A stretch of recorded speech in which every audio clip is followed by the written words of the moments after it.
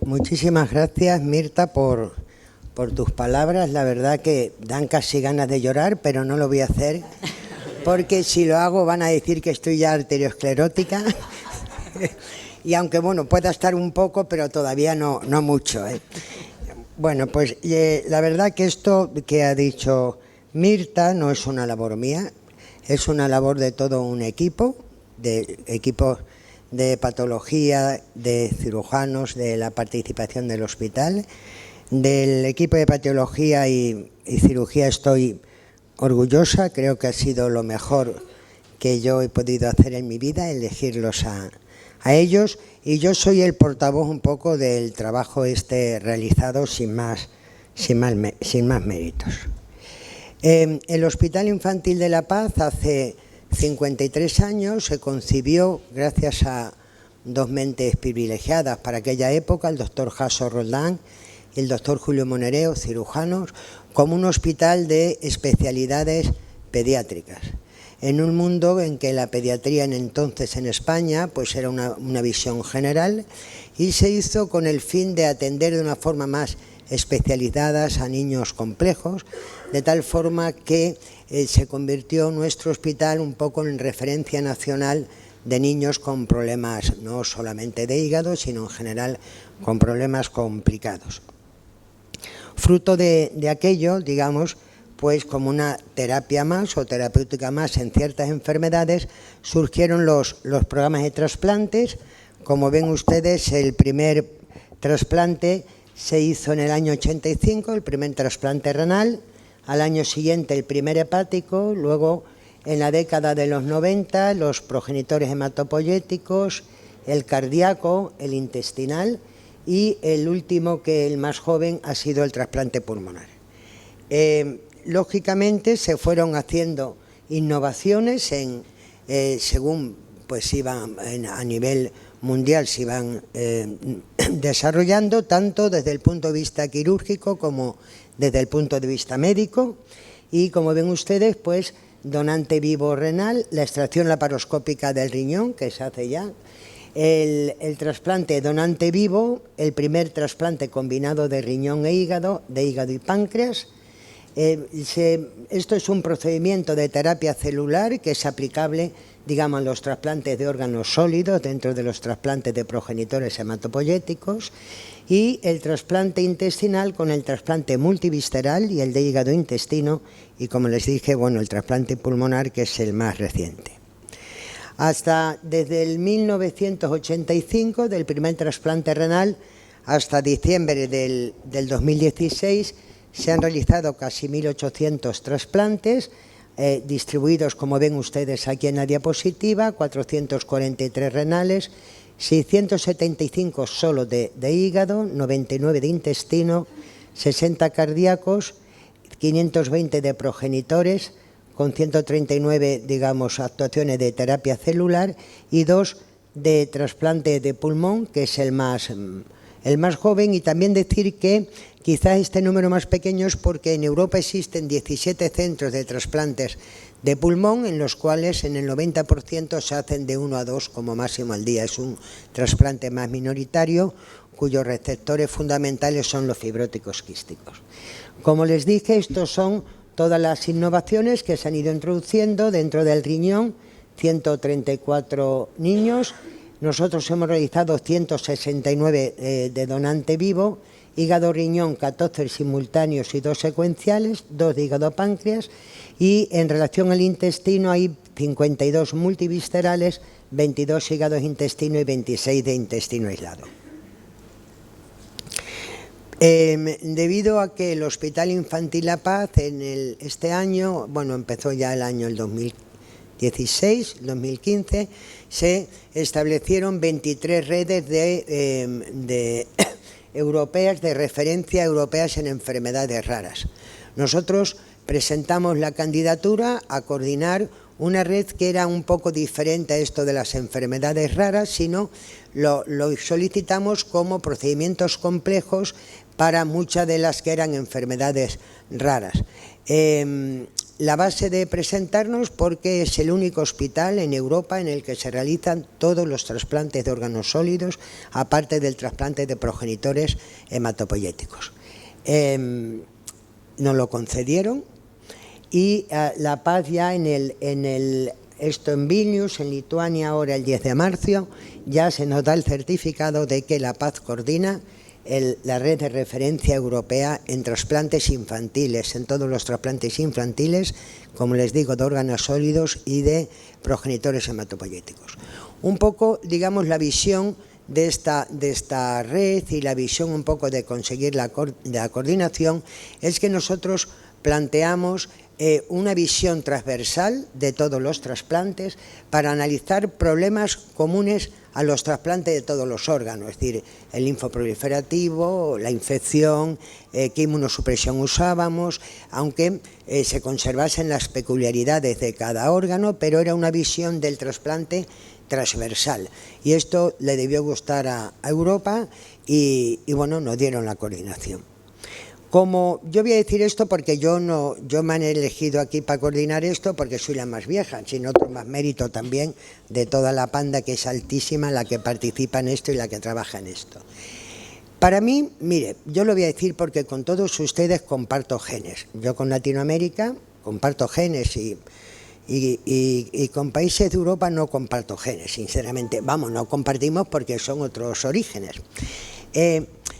Para nosotros ha sido una satisfacción como, digamos, colofón a un trabajo de muchos años, a un esfuerzo de muchos años y sobre todo a demostrar que España hace unos años, por los países potentes de Europa, éramos considerados el norte de África. No es que África, a mí me parece un continente maravilloso. Y entonces el que nosotros coordinemos, pues es un motivo de satisfacción a aquellos que están más alejados, más al norte de África. El trasplante hepático en niños, que es el que me voy a referir, como saben ustedes, se inició en el año 63. A partir del 85 empieza una eclosión de centros pediátricos en muchos países y en el año 2000 hay ya una mejoría notable de los resultados a partir de esta década en los equipos de trasplante. En el registro europeo, publicado esto en el 2012, los niños, como todos sabemos, son el 8% del total de los trasplantes y en los últimos 10 años la supervivencia a los 5 años, la actuarial, es mejor en el niño que en adultos, un 82%, lo que publica el registro europeo. Nosotros, en el mismo periodo, la supervivencia nuestra a los 10 años actuarial es de un 83%. Desde prácticamente los comienzos de nuestro programa de trasplante, fue el 86, esto está en el 88, vemos como hay una supervivencia del 81% del paciente y una supervivencia actuarial del 68% del injerto, que analizando la época histórica es una supervivencia a los 10 años muy aceptable. Los avances, como el otro día oía decir a ustedes y presentarlos, el trasplante cambia una enfermedad por otra, ¿no? Porque, digamos, los niños tienen que estar inmunodeprimidos, hay complicaciones por la inmunosupresión, pero hay que ser optimistas y decir que gracias al trasplante viven los niños, porque muchos de estos niños hubieran fallecido. Pero, sin embargo, es una patología que hemos tenido que empezar a aprender para poder manejar y que el niño, sobre todo, que trasplantamos muy pequeños, nuestro objetivo es que viva hasta que sea adulto y que sea un adulto ya mayor, y siempre esto es mayor complejidad que si hacemos un trasplante en adultos. Pero los nuevos tratamientos en el hígado van a permitir evitar los trasplantes. También gracias a los trasplantes se ha hecho una investigación mucho más intensa en todos los campos de la medicina y de la pediatría, y como ustedes conocen, pues ya el error innato de síntesis biliares se puede curar con cólico, las enfermedades autoinmunes con sanguinotransfusión y con inmunoglobulina, bueno, toda una serie de tratamientos que no les voy a referir, que se lo saben de memoria, y que esto ha permitido que muchos pacientes ya no se han trasplantado. La investigación de alternativas al trasplante convencional, pues el trasplante de hepatocitos o de células madre es algo que se ha puesto mucha ilusión, pero que todavía, digamos, no es aplicable de una forma eficaz y duradera. En nuestra experiencia, separando estos dos periodos, ven ustedes que las indicaciones son parecidas, sin embargo, en el último periodo ha bajado un poco el porcentaje de trasplantes por atresia biliar, porque, digamos, hemos trasplantado más enfermedades metabólicas y hemos también trasplantado más número de tumores que en la década previa. La organización del trasplante en España, hay una Organización Nacional del Trasplante que se fundó en el 1989, que ha hecho una labor importantísima. La creó el doctor Rafael Matesan. Se conoce un poco como el modelo español, en el cual muchos países han copiado este modelo, y ha hecho una labor social y organizativa de potenciación de donación, de tal forma que desde hace ya años España es el primer país de donantes por millón de población. En el 2016 ya eran 46 donantes por millón de población. La regulación es que los donantes pediátricos son cadavéricos, claro, aquellos donantes menores de 16 años son para los niños. Por tanto, digamos, solamente en este contexto tienen priorización los trasplantes multiviscerales sobre otro tipo de trasplantes, pero los donantes aportan un 50% de los trasplantes hepáticos que hacemos. La actividad de este año han sido 1.100 trasplantes hepáticos y la actividad en los niños, como ven, lógicamente es menor, 66 trasplantes, 6% fallecieron en lista de espera, en la lista infantil entre trasplante hepático y los que estaban esperando un trasplante multivisceral. Aquí ven ustedes, en el 2016 había 32 receptores, desde el 1 de enero, anteriores, digamos, se incluyeron 66, un total de 98 niños esperaban trasplante, 4 se excluyeron, 59 fueron trasplantados y fallecieron 6 en lista de espera. Y han pasado 29 receptores para este año próximo. Esto es un poco para decir, este es el doctor Rafael Matesan, que ha sido el artífice de la creación o la puesta en marcha de la Organización Nacional del Trasplante, y esta foto no es por mí, sino por el doctor López Santamaría, que es el cirujano que realiza todos los tipos de trasplante, a excepción del trasplante cardíaco y del trasplante renal.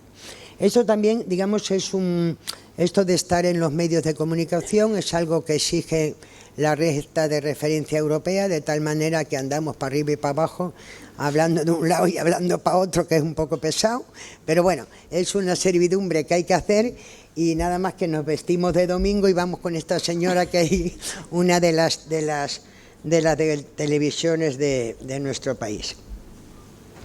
La edad al trasplante también, digamos que desde el año 91 al 2016, el 50% de nuestros niños trasplantados al trasplante tenían menos de 2 años.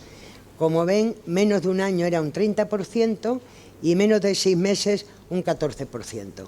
Es decir, en general un 70% tiene menos de 3 años cuando les realizamos el trasplante, debido un poco a la patología que va más frecuentemente al trasplante en el niño. Los resultados globales desde el 1988, como ven, sin embargo, la supervivencia actuarial pues es similar, no hay diferencia significativa entre los niños mayores o menores de 2 años.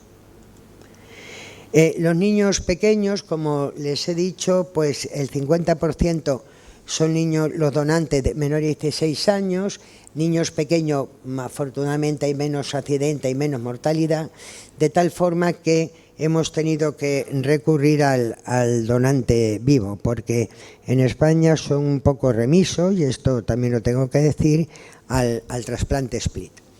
Esto es la modalidad de trasplante en niños, recoge aquí en niños pequeños, según los los países, niños menores de 2 años, son datos recopilados en el 2012, aquí está Argentina, vemos donante vivo, donante cadavérico, ustedes es más o menos el 50%, ¿no?, de donante vivo a donante cadavérico, y sin embargo nosotros, como ven, predomina muchísimo el donante vivo, ¿no? Esto en relación al SPLI, pues también nosotros en España el SPLI es más bajo que en otros países, de tal manera que las normas que favorecen el SPLI, donde son poco necesarios los donantes vivos, es en Francia, en Alemania y en Italia. Cada sitio de Europa tiene una legislación diferente en relación al reparto de órganos. En La Paz, como les dije, hemos realizado 169 trasplantes. De 2006 al 2011 y del 12 al 16, como ven, menores de 1 año son 42 y un 57%. La mayoría son atresias biliares. En los tumores también generalmente todos van en donante vivo por no tener un tiempo de espera que les perjudique al niño, y como ven, sin embargo, el porcentaje de niños que están en UCI es pequeño y hay un 37 a un 40% que están en planta. Si comparamos esto con la serie general de donante vivo y cadavérico, pues ven que hay menos porcentaje de niños menores de 1 año, menos también atresia biliar, menos tumores, hay más ingreso en UCI y este 23% en la planta. En el donante vivo, nosotros hacemos un proceso de estudio del donante, como todos, por supuesto, que hacen donante vivo, que en España no está permitido donante vivo cuando el niño tiene un fallo hepático agudo, grave. La cirugía del adulto es en el Hospital Ramón y Cajal, tenemos un convenio de colaboración, porque en el Hospital La Paz no hay programa de trasplante de adultos. El 48% de los niños trasplantados con el donante vivo son menores de 12 meses y, como les he dicho, el 15% es por tumor. La supervivencia es muy buena, es de un 90%, y como ven ustedes, la supervivencia según indicación es mejor, lógicamente, en aquella patología no tumoral que en la tumoral. Sin embargo, es bastante aceptable en los niños que se han trasplantado por tumores, por hepatoblastoma, la mayoría de ellos. Esto es según el grupo de edad, que tampoco, estos son los menores de 6 meses, pero tampoco hay una diferencia significativa, grande, entre los diferentes grupos de edades. Los trasplantes de incompatibilidad ABO, nosotros hemos empezado ahora en el 2016. Esto es un estudio de Estados Unidos, niños lactantes y niños más mayores de 1 año, con el injerto ABO incompatible. Esto trata de evitar, como saben ustedes, que los niños fallezcan en lista de espera, pero siempre había un poco de miedo a que se desencadenara por anticuerpos un rechazo humoral. En esto demuestran que existe igual supervivencia comparado con los controles de la misma gravedad, tanto los que se trasplantaron con incompatibilidad ABO como los que no, con este procedimiento. También en Lovaina el donante vivo incorpora también esta modalidad y, digamos, siempre con los que trasplantaron con una incompatibilidad de isoglutinina de un título bajo, de 1-16, en niños menores de 1 año.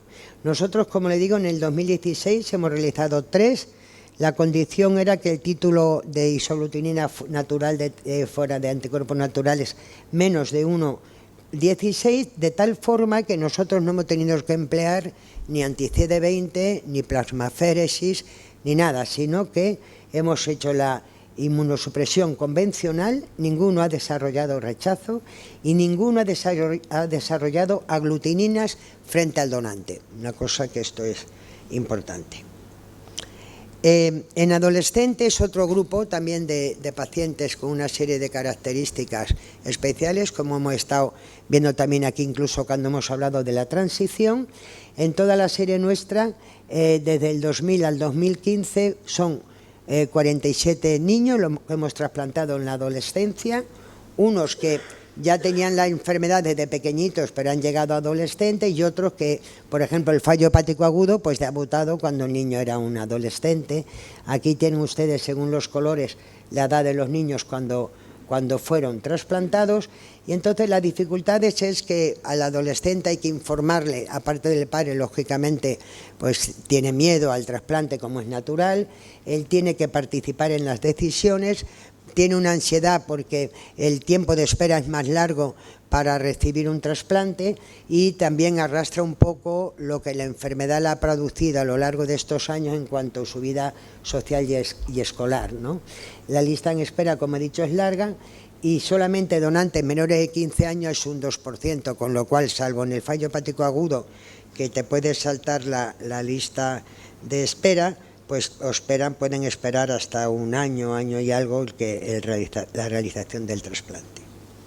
Las técnicas, como ustedes conocen, pues son muy variadas, sobre todo todas las de reducción e injerto, también con el fin de evitar la mortalidad en lista de espera, y como también ven, desde el 2006 al 2015, la mayoría de nuestros niños son con injerto de donante vivo.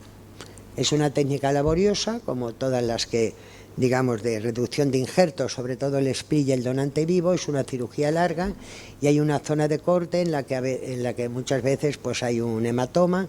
La anastomosis biliar es tipo IDRUS en el 91%, la que tenía, y nueva en un 50%.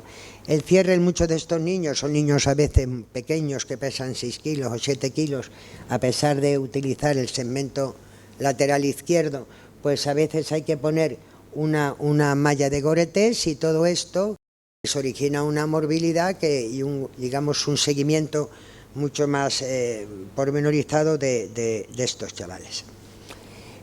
La supervivencia de nuestros niños, cogiendo la serie desde el principio, como ven, es un 90% en las colestasis y enfermedades metabólicas, que es la mayoría de las indicaciones de nuestra serie, y es más bajo, lógicamente, en el cáncer y en el fallo hepático agudo, es un 63%, aunque la mayoría de nuestros pacientes pertenecen a colestasis y a enfermedad metabólica. Los factores de riesgo del trasplante infantil es cuando hay enfermedades y daño en otros órganos que hacen, a veces hay varias cosas, como que primero que hagan preciso un trasplante combinado. En el trasplante combinado hígado y riñón la supervivencia es magnífica. Hemos hecho 16 trasplantes con una supervivencia de un 94%, 4 eran fibrosis hepática congénita, 5 hiperosalurias, otras 7 era una LAGIL con una alteración renal importante, un HNF1 del factor B, con un déficit de factor B que origina una displasia renal, y por nefronoptisis. En la fibrosis quística es variable el estado previo del paciente, como saben. Hay niños con infecciones, con una neumopatía más o menos avanzada, diabéticos, y digamos que en el pre y post la diabetes viene a suponer un 55%. Deben tener respetada la función pulmonar, con un FV1 de menor de 50, excluye el trasplante aislado de hígado. El trasplante combinado de hígado y páncreas, que lo hemos comentado esta mañana, es una gran dificultad técnica. Nosotros no hemos tenido buenos resultados de estos dos niños. Eran niños con una diabetes importante, y aunque son dos, pues nosotros ahora, si tuviéramos que aconsejar, diríamos que es mejor tratar su diabetes antes que hacer un trasplante combinado, pero bueno, es una experiencia corta. También hemos trasplantado niños con daño neurológico antes del trasplante, no intenso, pero con daño neurológico. Jarabe de arce, acidemias orgánicas, Krige-Nager y efecto del ciclo de la urea. Tienen una supervivencia muy buena, y la vida tiene mejor calidad de vida que si estos niños no hubieran sido trasplantados. Ha habido demanda de los padres, hay en otras series, y trasplantamos también nosotros a estos niños. Por cierto, uno del jarabe de arce, este año me lo encontré en la villa, y era ya un niño mayor, no era Einstein, pero estaba bastante bien, ¿entiendes? O sea que ahí estamos. Entonces, otros factores de riesgo del trasplante infantil en los niños muy pequeños es que el trasplante compensa porque disminuye la mortalidad por hepatopatía, si no estos niños hubieran fallecido, y porque hay un mejor restablecimiento mental y de talla. Nosotros, como le hemos dicho, niños menores de 6 meses, hemos trasplantado a 19 con el peso que ven ustedes aquí, este peso medio. La mortalidad precoz es de un 15%, superior al resto, pero la malla de estos niños se hubo que poner al 80%, la trombosis de la arteria fue más frecuente, angioplastia portal han necesitado un 50% y el tiempo de ingreso ha sido más prolongado y, lógicamente, un porcentaje mayor de linfoproliferativo. Pero, a pesar de esto, a largo plazo, no ha habido diferencia en el rechazo y la patología biliar, y la supervivencia a largo plazo ha sido de un 85%, parecido a otros niños, puesto que también en niños mayores a veces pues se trasplanta por enfermedades graves. Por ejemplo, hemos trasplantado 2 hepatocarcinomas primarios que, aunque vivieron unos años, fallecieron, un colangiocarcinoma, que es rarísimo en el niño, o sea que, quiero decir que tampoco, si hay una patología grave, la supervivencia es bastante aceptable en estos niños pequeños. Los riesgos del trasplante infantil, como es el fallo del injerto, que se puede retrasplantar la mayoría de las veces. En general, es el fallo precoz o tardío, ha sido en casi un 16%, y por patología biliar y rechazo es el fallo que hemos visto tardío. Muchas veces el rechazo es por falta de adherencia a la medicación, o por un niño que ha tenido un linfoproliferativo, le hemos quitado la medicación. Ya saben que eso es un problema complejo, y cuando se ha curado la linfoproliferación ha hecho un rechazo. Y la trombosis de los vasos, el fallo primario, lógicamente es un fallo precoz. El 15% del retrasplante ha sido en un 10.6%, la mayoría en los primeros 30 días y el 29% tardío. Entonces, el 20% de los candidatos a retrasplante han fallecido en lista de espera porque estaban mal, y el 15% eran por fracaso por otras patologías que tampoco fueron retrasplantes. Pero se retrasplantaron 31 niños, y como ven, eso es bueno, porque hace unos años esto no era así. La supervivencia por retrasplante es compatible a la del primer hígado, o sea que es un resultado también aceptable. Esta es nuestra planta de ingreso del hospital, es una planta solo dedicada a los trasplantes, en que los niños tienen una habitación individual. Los padres, la madre o el padre, no se pueden quedar dos, están con el niño, se quedan todo el día. La madre tiene una cama aquí que no sale, que duerme, un mueble cama, comen y cenan y hacen una vida un poco como si estuvieran en un hotel. Tienen una sala de juegos, y también a los niños estos que tienen que estar más tiempo ingresados tienen escuela, tienen maestras, para que ellos no se sientan luego un poco aislados de haber estado ingresados en el hospital. Las infecciones es otra de las complicaciones importantes en el trasplante hepático, sobre todo en los niños pequeños. Hay un alto riesgo de infección abdominal por todo esto que hemos comentado de las diferentes técnicas quirúrgicas. La infección fúngica, en la PAD recogida del 2006 al 2011, hacemos profilaxis con ambisomia o mincofungina en el 82% de los niños. Y la tasa de infección ha sido un 10%. En otras series que no hacen esta profilaxis, la tasa de infección es de un 20%. En el 2011, en la infección bacteriana, en el hospital hubo una serie de multiresistencias a las bacterias, a la carbamazepina BIN o al OXA 48, y entonces ya se puso en marcha programas en la medicina preventiva que ya estaba. Se insistió mucho en el lavado de manos, se hizo un protocolo que se llama PROA para decidir qué antibiótico es preciso poner al niño, cuáles son las medidas que hay que tomar de prevención. Se vigila la colonización de todo niño que ingresa. Fue positiva en un 71%, precauciones de contacto, se trata según un antibiograma, pero hemos tenido la suerte de que ningún niño con todas estas medidas nos ha fallecido por una infección por bacterias de estas multiresistentes. Es un problema importante. La estenosis portal, pues es la discrepancia del calibre portal. Como saben, hay un pequeño calibre de la porta del receptor, sobre todo en los casos de atresia biliar, y vemos una aceleración del flujo posanastomosis 4 veces el que tienen preanastomosis, ¿no? Aunque no haya síntomas.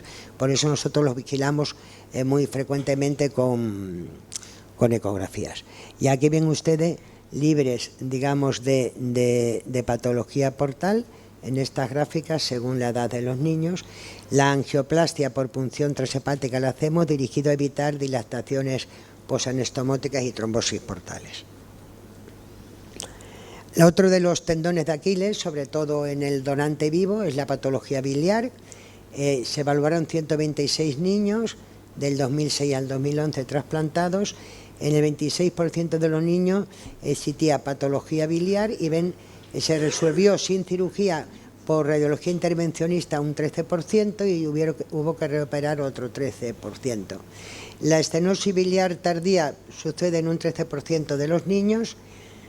Y como ven ustedes, la patología a los 3 años biliar en conjunto es un 20% y niños libres de patología biliar es casi un 80%, o sea que está bien. El rechazo agudo, la complicación clásica de los trasplantes, nosotros hemos hecho la profilaxis con inmunosupresión desde el 2006 al 2011 con prednisolona más tacrolimus y añadíamos basilicimat a los niños que recibían un injerto de donante vivo, que tenían riesgo de isquemia, que tenían una arteria muy fina o que habían sido trasplantados por una hepatitis autoinmune. Y esto en conjunto, como era la mayoría de los niños, esta inmunosupresión le hicimos en el 80%. Si ven ustedes aquí, el rechazo sucedió en un 24% en los primeros 3 meses. Dado que, como ven ustedes aquí, la diferencia en evitar el rechazo, la raya roja en los niños en los cuales se añade basilicimat y los otros son los que no tienen basilicimat, visto, digamos, el éxito, bueno, los buenos resultados, nosotros actualmente esta inmunosupresión, que también nos permite tener el tacrolimus más bajo, la hacemos en todos los niños.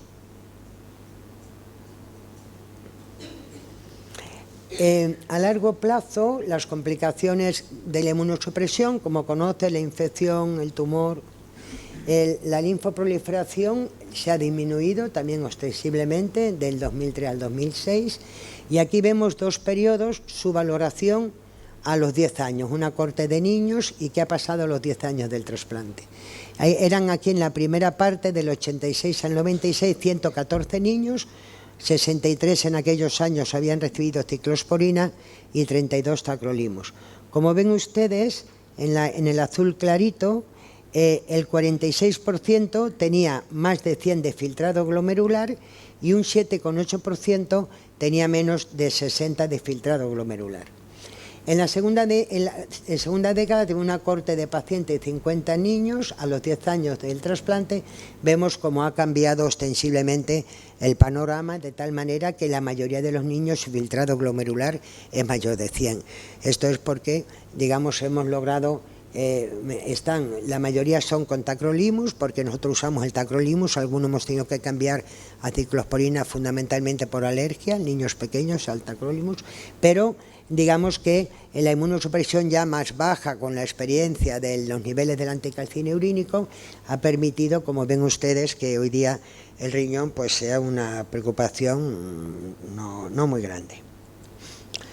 El injerto a 10 años del trasplante es parecido, lo que ven ustedes, también a la evaluación de 10 años, en cuanto que el 78% tiene una función hepática normal y el resto de contraseminasas ligeramente elevadas también es similar, y esto, el patrón no ha cambiado de un periodo a otro. La calidad de vida se hizo un protocolo, un score que hicieron en Canadá, en el cual nos mandaron participar a nosotros, bueno, que si queríamos participar, que era un poco para ver la calidad de los niños. Y la verdad que aquí nosotros eran niños con atresia biliar los que teníamos que meter, lo que pensaban los niños y lo que pensaban los padres. Y entonces niños que se trasplantaron antes de los 2 años de edad y que tuvieran de 10 a 12 años. Y nos llevamos una sorpresa. La verdad que el español es optimista 100%, porque nosotros, si hubiéramos dicho que dijéramos cómo iba a salir la encuesta, no hubiéramos dado pie con bolo, porque era una cosa diferente. Porque fíjense, dice, he tomado como 3 puntos. Dice, el efecto ha sido genial, el efecto ha sido bueno. Y luego no ha tenido ningún efecto el trasplante sobre la vida del niño. Ha sido malo y el efecto ha sido horrible. Bueno, pues como ven ustedes, la mayoría dicen que ha sido bueno, oiga, y otros que no ha tenido ningún efecto. Eso es un punto. El otro, que acerca de los controles, que opinan de los controles seriados que hay que hacer a estos niños. Y como ven ustedes, ni a los niños ni a los padres se entienden, porque los padres, cuanto más lo ves al niño, están como más contentos, pero el pobre niño, pues les parece ideal, como ven ustedes aquí. La mayoría de los niños dicen que no les importa en absoluto que los controlemos las veces que queramos. Y entonces dice que si creen que les tratan diferente al resto de los no trasplantados, eso es bueno, pues la mayoría piensan que no, o sea que para que vean ustedes como a veces no podemos decir las cosas de memoria porque nos llevamos sorpresas. Entonces, ¿qué les importa? Pues sobre todo a las niñas les importa tener una cicatriz, y muchas ya cuando son jovencitas o adolescentes y ven ahí doctoras si nos pudieran operar o quitar, hacer una estética de la cicatriz. La transición a adultos, que hoy se ha hablado esta mañana y está muy interesante, pues los objetivos es para prepararle para la adquisición de competencias en el cuidado de su salud, que es importante, promover la independencia y la eficiencia del cuidado en sí mismo, evitar el no cumplir la medicación y las visitas, conseguir un régimen de vida saludable y garantizar la continuidad generando confianza en el mismo. Y entonces es un programa que ya lo he comentado esta mañana, que está en desarrollo en el Hospital Infantil para toda la patología crónica, pero por supuesto para los trasplantes. Y en el trasplante hepático en particular hay una dificultad de transferencia dentro del mismo hospital, porque no tenemos trasplante de adultos en el hígado y entonces los niños son de diferentes hospitales y estamos viendo y estableciendo cómo podemos hacerlo hasta que ya se organice. Digamos que nosotros durante el primer año hay una consulta en paralelo de nosotros con el centro X de adulto en el que hemos mandado al niño. De momento va bien, pero esto hay que organizarlo mejor. Entonces las conclusiones es que el trasplante es una terapéutica eficaz en niños, aunque por supuesto, digamos, ya sabemos que eso que decimos siempre, que cambiamos una enfermedad por otra, pero es una enfermedad que muchos niños, nosotros tenemos ya niñas que han tenido hijos, que vienen a vernos con sus niños, hay niños que han hecho sus carreras, en fin, que les permite un de vida bueno, pero que lo tenemos que vigilar. Y entonces el esfuerzo para mejorar el tratamiento de la enfermedad hepática, como he dicho, es esencial, porque si podemos evitar el trasplante, mucho mejor. Por tanto, hay que potenciar la investigación. Nosotros hemos presentado un proyecto europeo que se llama Honore 2020, H2020, sobre atresia biliar. Es el nuevo investigador que trabaja con nosotros en el puesto de Luis, y está mirando para una serie de parámetros para el diagnóstico precoz de la atresia. Entonces se ha invitado a centros de Europa que van a participar con nosotros y también de Latinoamérica. Dijimos, aquí en Argentina está el Garrahan, está el Ricardo Gutiérrez de niños y no sé quién más invitó Luis. En Brasil también invitamos, pero exigían los europeos, que son muy pesados, no sé qué exigían, que los brasileños no podían entrar, pero bueno, que a lo mejor luego, como estos proyectos de investigación luego dejan ampliarlos, entrarán, pero es un proyecto que se ha presentado ahora a finales de marzo y que todavía no sabemos si lo van a tal, pero es un proyecto interesante y que además dan dinero para investigar, que eso es lo importante, dinero que nosotros vamos a repartir con ustedes, o sea que no nos lo vamos a quedar nosotros, ¿eh? Bueno, y entonces también La Paz participa en una red europea de enfermedades raras, de referencia que les he dicho. Aquí la responsable es la doctora Hierro.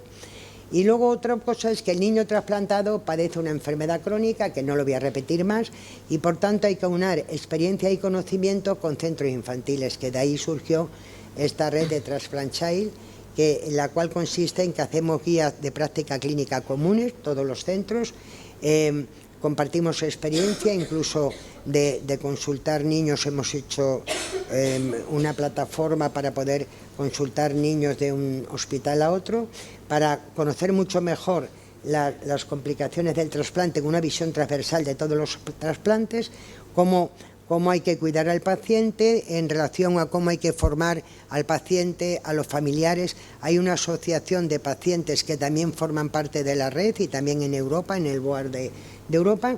Se promueve también de proyectos de investigación y, por supuesto, también la docencia.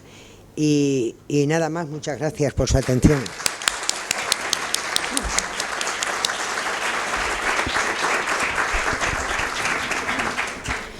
Muchas gracias, Paloma, muy bueno.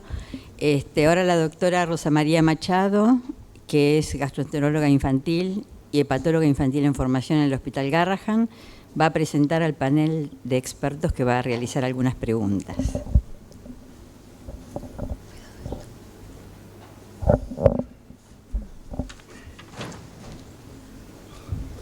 Bueno, en la mesa tenemos a la doctora Rosana Pérez Carusi, que es hepatóloga infantil del Servicio de Trasplante Hepático del Hospital Nacional del Cruce y del Hospital Alemán. La doctora Sandra Pochettino, que es gastroenteróloga y hepatóloga infantil del Hospital de Niños Víctor Vilela y del Hospital de Niños Orlando Alasia. El doctor Alejandro Gouman, que es gastroenterólogo y hepatólogo infantil del Servicio de Gastroenterología Infantil del Hospital Pediátrico Castellán y del Hospital Pediátrico Juan Pablo II de Corrientes. Y la doctora Erika Seltzer, que es hepatóloga infantil y pertenece al Hospital Universitario Austral. ¿Quién comienza? La doctora Pochettino, por favor. Sí. Bueno, buenos días, doctora. Excelente exposición, como siempre. ¿Se escucha? Sí. Le quería preguntar, ustedes han mostrado en sus diapositivas, había un importante aumento de los trasplantes con donantes vivos, a pesar de ser España uno de los principales países con donantes cadavéricos. ¿A qué atribuyen ustedes ese aumento en la cantidad de donantes vivos? Pues mire, es que aunque España es el país de más donantes por millón de población, sin embargo, el donante pediátrico ha bajado, ¿sabe? Ha subido mucho el donante de mayor edad, pero, por ejemplo, como bajó los accidentes de tráfico, entonces los donantes pediátricos desde hace 4 años a esta parte es 1.8, 2.3, cuando empezamos los programas de trasplante en los años 80 eran 6, 8% de los totales de los donantes. Y entonces, como el donante pediátrico es del niño menor de 16 años, pues el porcentaje en comparación a los donantes globales es muy bajo, porque también cada vez más hay donantes como más mayores. Entiendo, cuando empezamos, pues a lo mejor no se aceptaban más que donantes de 50 años o de 60, ahora hasta 70 y tantos, si son, vamos, si es buen donante, pues es donante. Entonces es, por supuesto que es el que tiene más donantes por millón de población, pero los niños es un porcentaje muy bajito. Y claro, cada vez, al principio éramos más, porque las técnicas de reducción eran más complicadas para los cirujanos, y entonces cada vez se trasplantan niños más pequeños, niños más complejos, y esos niños, si no hiciéramos donante vivo, fallecerían en lista de espera. Hay un problema criticable en España, y es que los cirujanos de adultos no quieren hacer split, ¿sabe? Por eso en Alemania, que he puesto Italia y Francia, que hacen split, pues el donante vivo es mucho más bajo. Y entonces, como nosotros, en los centros pediátricos en España somos 5, y claro, hay 19 de adultos y es toda mano alzada. ¿Quién quiere el split? Pues levantamos 5, pero luego levantan los otros 19 y nos quedamos con la mano para arriba. Y entonces por eso se ha potenciado, como en muchos sitios, el donante vivo, porque primero porque hay pocos donantes pediátricos y segundo porque el split no está, digamos, como muy potenciado, ¿no? Bueno, la doctora Carusi. Doctora, le quería hacer una consulta sobre si ustedes hacen biopsias de protocolo en los pacientes trasplantados, con qué frecuencia y si tienen alguna conducta estandarizada, porque obviamente cuando tienen rechazo todos sabemos qué hacer, pero si hay fibrosis o algo que les dé duda. Mire, eso hace, cuando me parece que fue la doctora Kelly, me parece, la primera que publicó biopsias de protocolo a los 1, 5 y 10 años en niños que estaban con monoterapia con ciclosporina. ¿No es así? Y entonces era una cosa curiosa porque en las biopsias se veía que aumentaba la lesión del hígado. Ella añadió corticoides y mejoraron esos pacientes, y también era curioso que no sé si era el 70, el 80% de los niños, que eran un 69 a los 10 años que tenían una lesión hepática ya importante, eran esos niños tenían transaminasas normales. Nosotros ahora en los niños hacemos fibroscan en el trasplantado, en el seguimiento. Claro. Luego empezaron a hacer en otros grupos también trasplantes seriados, cada uno lo llama de una manera, como le viene en gana. Uno dice que es una hepatitis activa, el otro dice que es un rechazo crónico, el otro dice que hay fibrosis hígado 4, hay pues estudios de Bicêtre, de los alemanes, de no sé quién. Y entonces, claro, nosotros hacemos, ya le digo, el fibroscan, pero dices, ¿y qué actitud tomas? ¿Qué vas a hacer? ¿No? Tiene un niño unas transaminasas normales, está blanco, y a lo mejor haces una biopsia y sí, tiene una fibrosis, pero ¿qué haces con el niño? ¿Sabes? Y entonces nosotros, claro, como la biopsia es una agresión, vamos, no que yo sea contra las biopsias, pero nuestros niños muchos son de fuera de Madrid, ¿sabes? Y entonces si han pasado ya a un niño a lo mejor que ya lleva 10 años o 15 trasplantes y dice, vamos a hacerte una biopsia a ver cómo tienes la fibrosis, y estás jugando al fútbol, pues te dice que te la hagas tú, generalmente. Y entonces, claro, nosotros, si el niño tiene una patología, la hacemos, pero que, yo no digo que esté mal, porque gracias a eso hemos aprendido, pero como no vemos que haya una causa-efecto por hacerla y hacemos el fibroscan, si un niño, por supuesto, se le elevan las transaminasas o tiene cual, hacemos biopsia, pero de protocolo no las hacemos. Muchas gracias. Bueno. Doctora, una pregunta. El doctor Gauman, sí. Gracias. Yo soy de un hospital que está muy lejos de los centros de trasplante. Y mi pregunta puntual es cómo diseñaron o cómo se manejan con los pacientes que viven lejos para la detección precoz así de complicaciones del trasplante o para la interrelación con los centros de trasplantes en el caso de las complicaciones propias del tratamiento o de las infecciones, ¿no? Mire, nosotros para eso somos muy absorbentes. De tal manera que hasta que nosotros no pasamos los niños adultos, a los niños trasplantados los vemos nosotros. Y entonces vienen, de la parte que sea de España, vienen a nuestra consulta y los controlamos nosotros. Hay algunos que ya llevan a lo mejor más tiempo trasplantado y a lo mejor, pues mire, si hay, por ejemplo, Barcelona, ¿no? Pues allí le hacen, si el niño cada 3 meses creemos que hay que hacerle un control analítico, a los 3 meses lo hacen allí, pero a los otros 3 meses vienen a nosotros. Es decir, nosotros no perdemos el control de los niños hasta que lo pasamos adulto. Luego nos llaman hasta el aburrimiento, porque, ¿sabe? Porque ya, sobre todo ellas que hacen guardia, yo como no las hago ahora me he librado de eso. Pero llaman, ¿sabe? De que el niño tiene angina. Claro, los niños siguen con una unión muy fuerte a nosotros, ¿sabe? No se frían de nadie, como todos los niños, que lo hemos discutido esta mañana, pero nosotros, nuestros niños, hasta que no, digo nuestros niños que son de sus padres, hasta que no pasan adultos, los controlamos nosotros. Hacemos, dependiendo del sitio, pues si hay centros buenos, que lo hay en España, aunque no hagan trasplante, pues a lo mejor en un niño que está bien, a los 3 meses le hace quien sea, un centro el tal, pero luego viene a nosotros porque nosotros tenemos protocolizado lo del Steinbar, tenemos protocolizado una serie de cosas que hacemos en el hospital. No, puntualmente es por las complicaciones que puedan aparecer como fiebre, infecciones. Pues en cuanto tiene fiebre, la madre nos llama escapada. Que tiene fiebre, entonces claro, si ya no hacen trasplante, la mayoría de centros no hacen trasplantes infantiles, el médico se pone en contacto con nosotros, el del hospital que sea, porque nos conocemos todos. Y entonces a ellos les asusta, es lógico, los médicos que no llevan trasplante les asusta un niño trasplantado.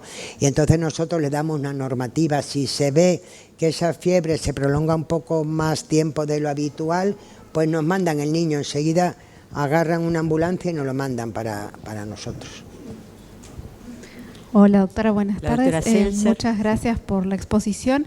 Yo quería saber cuál es el protocolo de seguimiento de infección por citomegalovirus que utilizan en el post-trasplante cercano. Sí, nosotros a los principios, a la primera en el año 86, 87, tuvimos infección por citomegalovirus y fuimos de los primeros en emplear profilaxis con ganciclovir. Y desde entonces prácticamente no hemos visto citomegalovirus. Entonces nosotros tenemos un protocolo de dar por el Epstein-Barr, aunque ya sé que eso es discutido, de dar profilaxis también con valganciclovir cuando 1 o 2 semanas, no me acuerdo ya, cuando están ingresados, y luego con ganciclovir. Y la verdad que el cito lo hemos visto ahora ya ocasionalmente, muy raro que lo hayamos visto. Pero usamos profilaxis antiviral. ¿Alguna otra pregunta del panel? ¿Alguna otra? ¿Quién? Si no, pasamos a la doctora Ivonne. ¿Quería preguntar?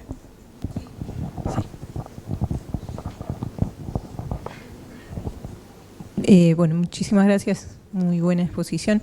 Quería preguntarles cuál es el menor tamaño de paciente que trasplantaron, cuál es el menor peso de pacientes que trasplantaron. Vi unos 5 kilos, pero si hay alguno más chico que hayan trasplantado.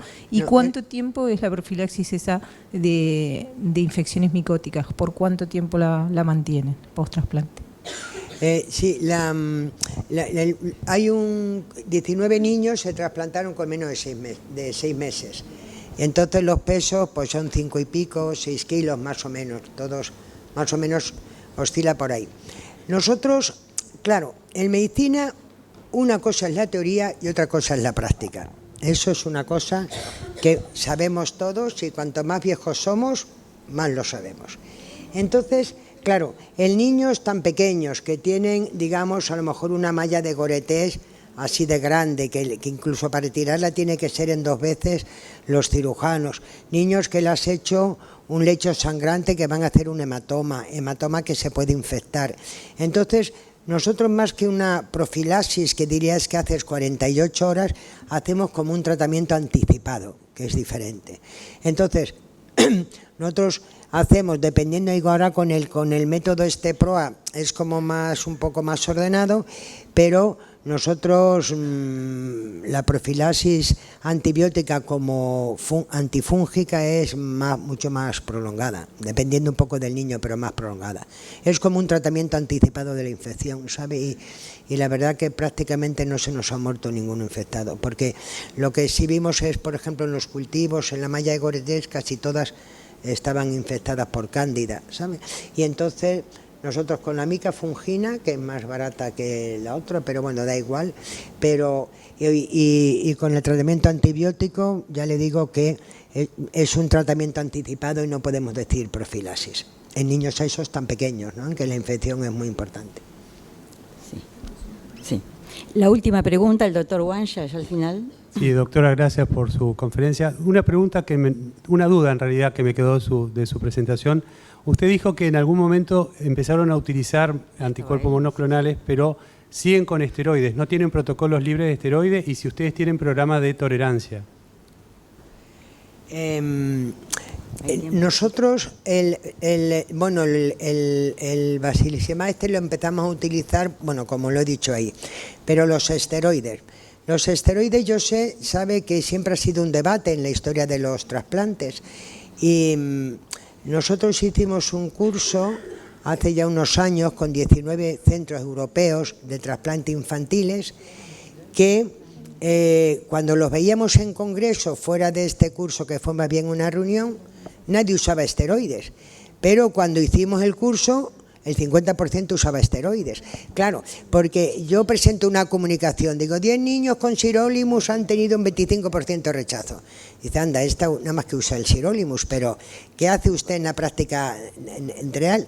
Entonces, nosotros hay algún niño que se le ha retirado a largo plazo el esteroide por una serie, porque no ha tenido nunca rechazo, bueno, por una serie de condicionamientos, pero nosotros usamos el esteroide siempre. ¿Por qué?